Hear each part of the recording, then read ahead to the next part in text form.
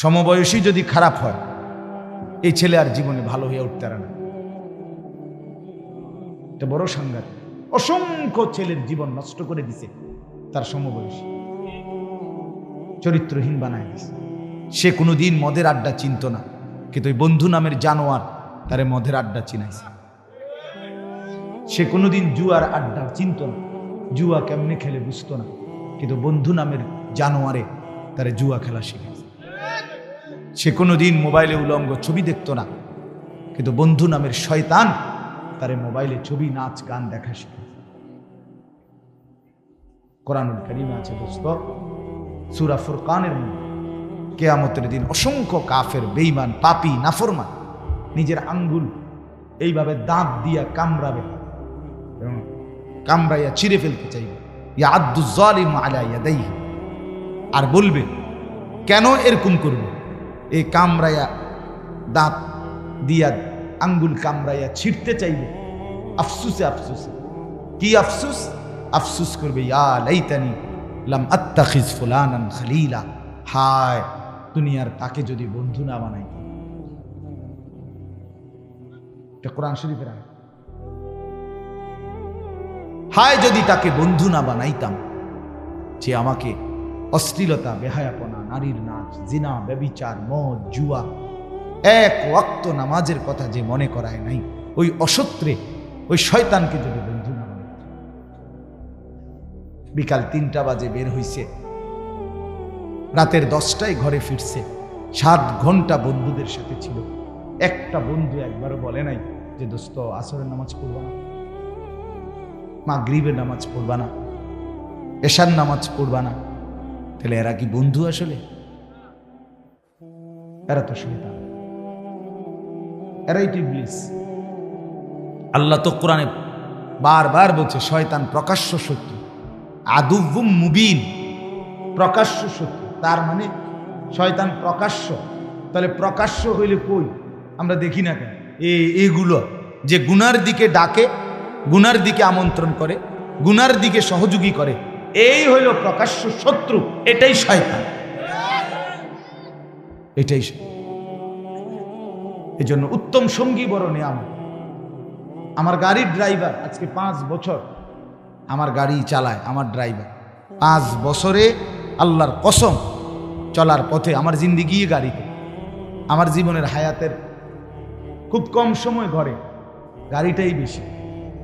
তা আমার এই 5 বছরে যতবার আমি নামাজের কথা মনে করাইছি, কসম সে তার চাইতে বেশি আমারে মনে করাইছে। আমার উত্তম সঙ্গী, সেই হিসাব রাখছে, ড্রাইভারই খেয়াল রাখছে। আমি হয়তো গাড়িতে বসে ঘুমাইতেছি ক্লান্ত, কিন্তু টাইমলি জামাতের আগ টাইমে মসজিদে দাঁড়ানো, উজুর জন্য সুযোগ থাকা টাইম, এটা সে খেয়াল রাখে। এটা উত্তম সঙ্গী কিনা? কত বড় সৌভাগ্য বলে। সেই মনে করায়, সেই উঠায় হুজুর নামাজের টাইম হয়েছে।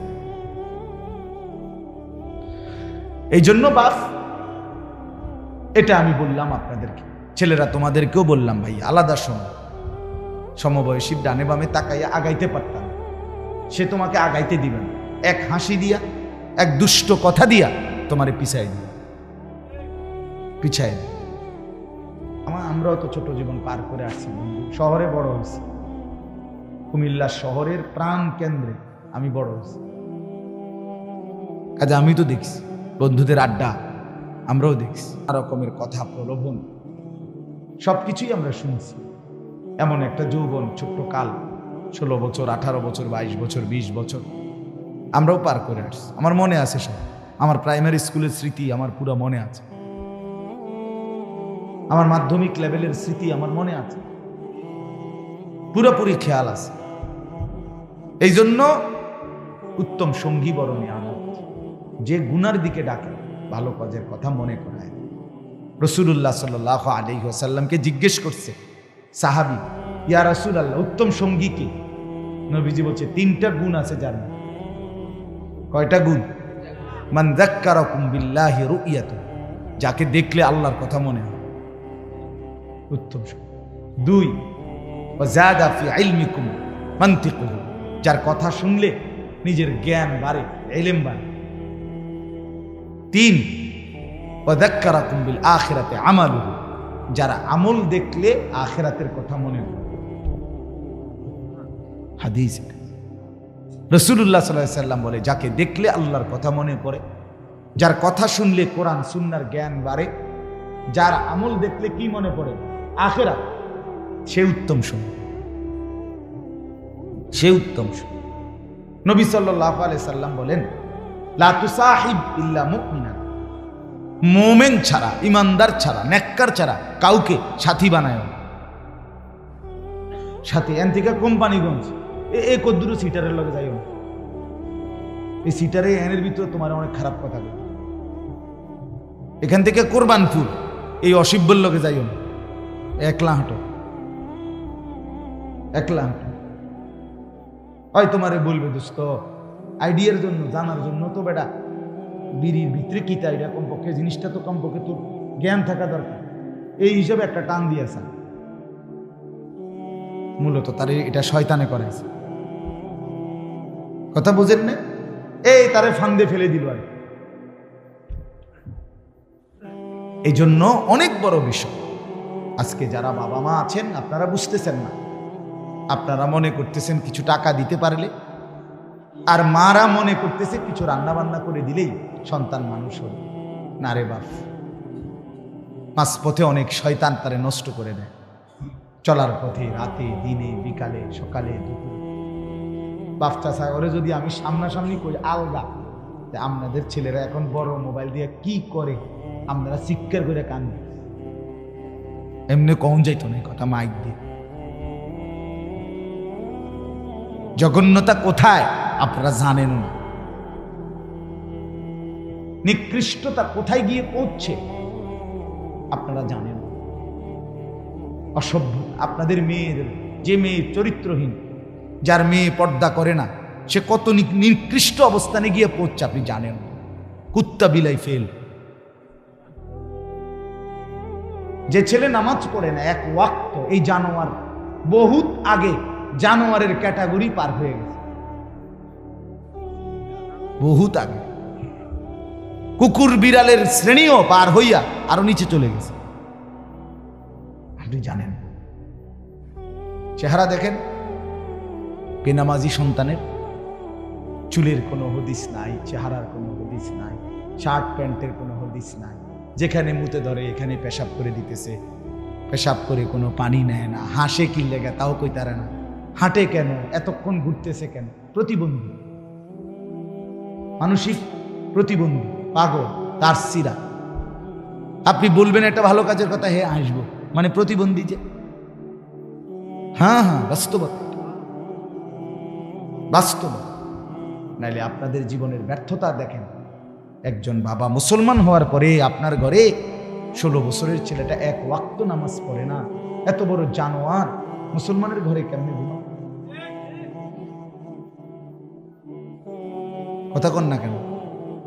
365 দিনে এক বছর, এক বছরে কোনোদিন আপনার 18 বছরের ছেলেটা, মেয়েটা কোনোদিন ফজরের নামাজ কি জিনিস সেটা জানেন?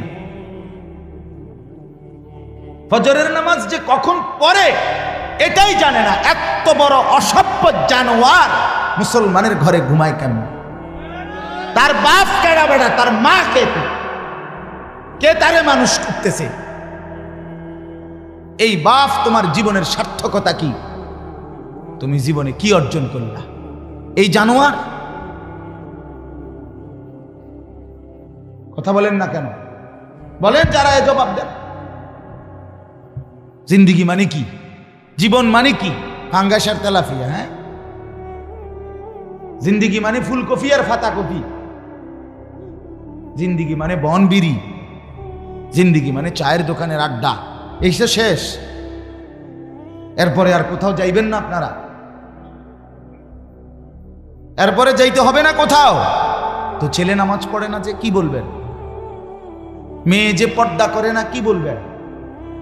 স্ত্রী যে খোলামেলা রাস্তার পাশে, মহিলা খালের পারে, রাস্তার পারে বেড়ইতে আইয়ে যায়, এখানে গোসল করে খোলামেলা, এই বেপর্দা, এই বেহায়া এই নির্লজ্জা মহিলা এ বেডির ব্যাপারে আমনে স্বামী কি বলবেন?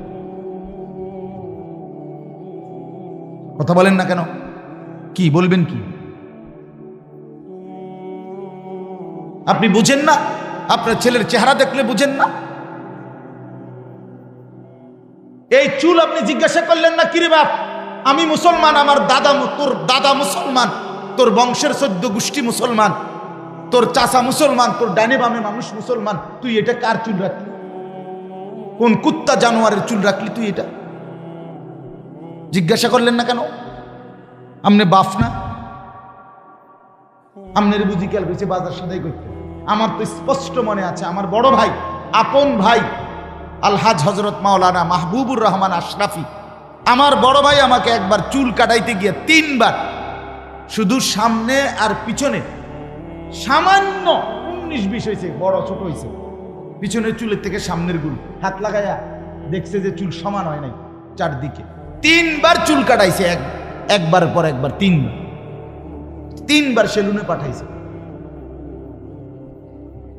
তাইলে আমার ভাই আছে, আমার অভিভাবক ছিল। আমি জীবনে একবার সাদা টুপি ছাড়া একটা টুপি রঙিন কিনছিলাম, টুপি ফুলওয়ালা, আমার আব্বা খোলায় ফেলছে। বুঝছে না ফুত, আমি জীবনে কোনোদিন সাদা টুপি ছাড়া পরি নাই, তুইও পরবি না। না জায়েজ না, সেটা ভিন্ন কথা, আমার বাবার আখলাক এটা।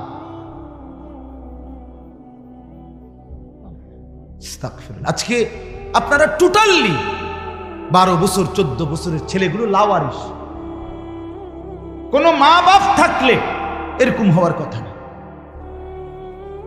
অভিভাবক যদি নজর রাখতো, মা বাপ পাগল হইয়া কাঁদতো, পাগল হইয়া মাটিতে গইরাইয়া কান্দার কথা, হায় আমার ছেলে 1 ওয়াক্ত নামাজ পড়ে না, আমার জীবনের আছে কি আর? আমার স্ত্রী পর্দা করে না, আমার জীবনের আছে কি আর? আমার আর ইজ্জত রইল কি? আমার মেয়ের পর্দা, আমার মেয়েটা 16 বছরের, আমার মেয়েটা রাস্তায় বাইর হয়, এলাকার সমস্ত লম্পট ছেলে খারাইয়া মুতে, এই অসভ্য জঙ্গলিরা আমার মেয়েটাকে উপভোগ করে, আমার মেয়েটাকে লোভের নজরে তাকায়। একটাইতে লাঞ্ছনা বেটা, তুই মরে যাস টাকা বেটা, মরে যাও না কেন তুমি? এত বড় বেইজ্জতির পরে আমার মেয়ে কোলে পিঠে করে, যাকে আমি মানুষ করলাম, আমার একটা 2 বছরের মেয়ে আছে, কথার কথা, এই মেয়েটা রাতের 2টা 3টা বাজেও যদি আমি ঘরে ফিরি, সব সময় জেগে থাকি। যতক্ষণ আমি গিয়া বাসায় না ঢুকি, আমার মেয়ে এটা ঘুমায় না। রাত 2টা, আমার ড্রাইভার সব সময় দেখে এটা, রাতের 2টা বাজে গিয়া বাচ্চাটাকে জড়ায়া ধরলে, আদর করলে, আমার পাশে নিয়ে শোয়াইলে তুই ঘুমে। তা আমি এতটা যত্ন করে যে বাচ্চা মানুষ করে, প্রতিটা মা বাপ এভাবে কষ্ট করে নাই? তো বিনিময়ে আমার মাইয়া এখন বাজারে বাজারে ঘুরবো, মানুষের বেড হইতে চাইবো, ফোলাই নেই, আমি তাহলে বাচ্চা রইলাম কেন? হ্যাঁ, বলে আমি পারি না। তো না পারলে আপনি ছেড়ে দেন, এই পরিচয় ছেড়ে দেন, স্ত্রীকে বলেন আমি তোমার লোকে পারলাম না, বাকি তোমার উপরে আমি সন্তুষ্ট না, মনে রাখো। রসুল বলে এই বেডিরে কইও জাহান্নামে যাওয়ানোর জন্য যাতে রেডি থাকে। যার স্বামী অসন্তুষ্ট, তার ওই মহিলার ঠিকানা কোথায়? হ্যাঁ, তামনিটা কোন? যে বিবি তুমি পর্দা করো না, তুমি 1 ওয়াক্ত নামাজ পড়ো না, তো মনে রাখো আমি তোমার লগে ফাইলাম না, হয়তো কুলাইতাইলাম না, বুঝাইতাইলাম না, তুমি আমার কথা শুনলা না, তবে এটা মনে রাখো আমি তোমার প্রতি অসন্তুষ্ট, আমি তোমার প্রতি আর কোনোদিন খুশি হইতে পারলাম না। এটাও যদি বলেন তো বেডির জাহান্নামে যাইতে আর অসুবিধা হইতো না।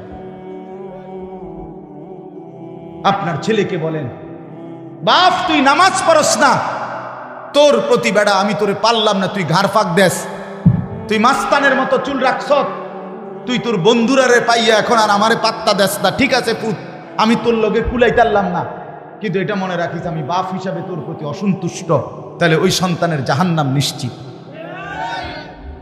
বলে দেন, বলে দেন। ওরে ভাই সবাই তাকাইলে হইতো না, এনে বসেন, বাহিরে আরো চিল্লা চিল্লি, কোনো অসুবিধা নাই, এগুলো গুছাইতে পারতেন না, সব গুছাইলে রাত শেষ হয়ে যাবে। আমি এগুলো নিয়ে টেনশন করি, আমার শুধু টার্গেট আমার নজরের সামনে যে বইছে সে তারে লই। বাহিরে কে ঠ্যাঙ্গালগি দিছে না মাতালগি দিছে তা আমার দেখা দরকার। কথা বুঝেন না? সব লইয়া কুলান যেত না। কথা বুঝছেন নি? আমার সব গুছাইয়া ফারন যাইত না। আমি এই জন্য এটা হিসাব বুঝি। আমি 10,000 5,000 বুঝি না। আমি বুঝি আল্লাহর কথা বলতে পারছি, একজন হোক 1000 জন। আল্লাহ আমাদেরকে তৌফিক দান করে। তো এই জন্য বাপ আমার, বন্ধু আমার কথা শক্ত হইলে মাফ করে দিয়েন। আমি আপনাদের কাছে অনুরোধ করলাম, আপনারা ভাবতে শিখেন। আপনি গ্রামের মানুষ, সাধারণ মানুষ, সহজ সরল মানুষ, এই সমস্ত কথা বললে হবে না চাচা। কবরে এসব বললে হবে তো? তো এগুলো আমার দ্বারে কইয়ে কি লাভ? আমি কি আপনার হিসাব নিব? আপনি কি আমার হিসাব নিবেন? আপনি আমার কাছে ঠেকানা, আমিও আপনার কাছে কিনা। বয়ান শেষে আমি আমার ফতে ক্যান্টারম্যান, আপনি আপনার ফতে আপনার ঘরে। যুবক তোমরাও তোমার ঘরে, আমি আমার ঘরে। কোনো অসুবিধা, তোমার কাছে আমি আটকাবো না, আমার কাছেও তুমি আটকাইতা না। কোনো অসুবিধা নাই দোস্ত, সমস্যা নাই। তোমার রাত তোমার, আমার রাত আমার, কিন্তু আখিরাতে আটকাই যাবে। আখিরাতে আটকাই যাবে, কোনো সন্দেহ নেই। মা দেখে না, বাপ দেখে না, রাত 2টায় আল্লাহ বলে বান্দা আমি জেগে আছি। আলাম ইয়ালাম বিআন্নাল্লাহা ইয়ারা, আল্লাহ বলে বান্দা জানো কি তুমি, আমি কিন্তু সারাক্ষণ তোমাকে দেখি। কতক্ষণ বলেন? যুবক বন্ধু বলো, আল্লাহ দেখে কতক্ষণ? রব্বুল আলামিন বলে বান্দা রাত 2টা বাজে, ডানে বামে সব দিকে তাকিয়ে তুমি দেখলা মা ঘুমায় গেছে, বাপ ঘুমায় গেছে, পাড়া পড়শি কেউ জেগে নাই, সব ঘুমিয়েছে মনে করে তুমি ল্যাফ কম্বলের নিচে সারা রাত উলঙ্গ ছবি আর নর্তকীর নাচ মোবাইলে দেখতেছ। তুমি ভেবেছো বন্ধু কেউ দেখে নাই। আরশে আজিম থেকে আল্লাহ বলে আনিস আমি কিন্তু জেগে আছি, আমি দেখছি, আমি কিন্তু দেখছি, আমি কিন্তু জেগে আছি। হিসাব কিন্তু আমি নেব। হিসাব তোর মসজিদের হুজুর নেবে না, আমি আল্লাহ নেব। লাকাদ আহসাহুম ওয়া আদ্দাহুম আদ্দা। আল্লাহ বলে আমি তোমাদেরকে বেষ্টন করে আছি। আল্লাহ বলে আমি তোমাদের জিন্দেগি গুনে গুনে রাখছি। আকুল্লুহুম আতিহি ইয়াউমাল কিয়ামাতি ফারদা। আল্লাহ বলে আমি আল্লাহর সামনে কিয়ামতের ময়দানে তোমাদের প্রত্যেককে একজন একজন করে দাঁড় করাবো। ফারদান আই ওয়াহিদান, একজন একজন, একজন একজন করে দাঁড় করাবো বান্দা, একজন একজন আমার সামনে এসে দাঁড় করাবো। রব্বুল আলামিন বলেন আমি যখন সামনে এনে একজন একজন করে দাঁড় করাবো, আল্লাহ তখন নিজেই বলবে বান্দা লাকাদ জিতুমুনা কামা খালাকনাকুম আউয়ালা মাররাহ। বান্দা মনে কি পড়ে প্রথম যেদিন মায়ের পেট থেকে বের হয়েছিলে একলা, আজ সব ঘাট ঘুইরা আমি আল্লাহর সামনে দাঁড়াইলা একলা। আজ মা কই, বাপ কই, বন্ধুরা কই, স্ত্রী কই, ভাই বোন কই, সন্তানাদি কই? কেউ নাই, কেউ নাই, তুমি আর আমি। জিজ্ঞেস করব আমি, উত্তর দিবা তুমি। আমি আল্লাহ বলবো, তুমি বলবা লিমা ফাআলতা হাদা। আমল নামা দেখিয়ে আল্লাহ বলবেন বান্দা এটা কেন করলে? লিমা তারাকতা হাদা, এটা কেন ছাড়লে? 6টা মাস কোনদিন ফজরের নামাজ পড়লা না কেন বান্দা? 1 বছর কোনদিন ফজরের নামাজ ভোরবেলা পড়লা না কেন বান্দা? কেন মনে পড়লো না আমি আল্লাহকে? একবারও কেন ভাবলা না আমি আল্লাহকে? ইয়া আইয়ুহাল ইনসানু মা গাররাকা বিরাব্বিকাল কারীম। আল্লাহ বলে বান্দা হে মানুষ, আমার মতো দয়ালু মেহেরবান মাওলা থেকে কে তোমাকে ভুলায় দিল?